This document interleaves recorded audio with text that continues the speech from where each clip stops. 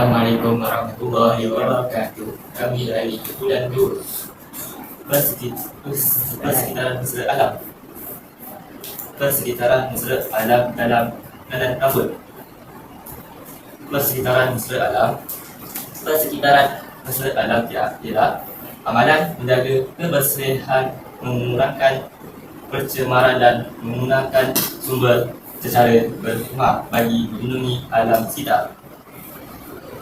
Amalan mesra alam di seluruh rambut menjimatkan penggunaan air.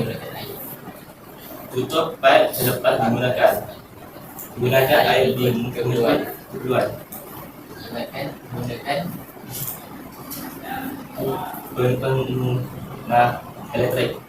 Tutup lampu dan peralatan yang tidak digunakan.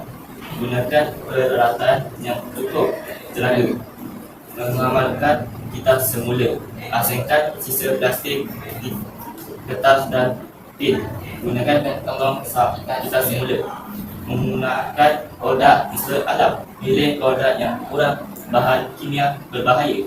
Gunakan bahan perasakan semula tadi apabila sesuai. Mengurangkan sisa, gunakan bahan mengikut sukatan yang betul. Elakkan pembaziran produk rambut. Kepentingan persekitaran mesra alam: mengurangkan pencemaran alam sekitar, menjimatkan kos operasi salon, menjaga kesihatan pekerja dan pelanggan, mewujudkan salon yang bersih dan selesa, memelihara alam sekitar untuk generasi akan datang. Dan sekian, terima kasih.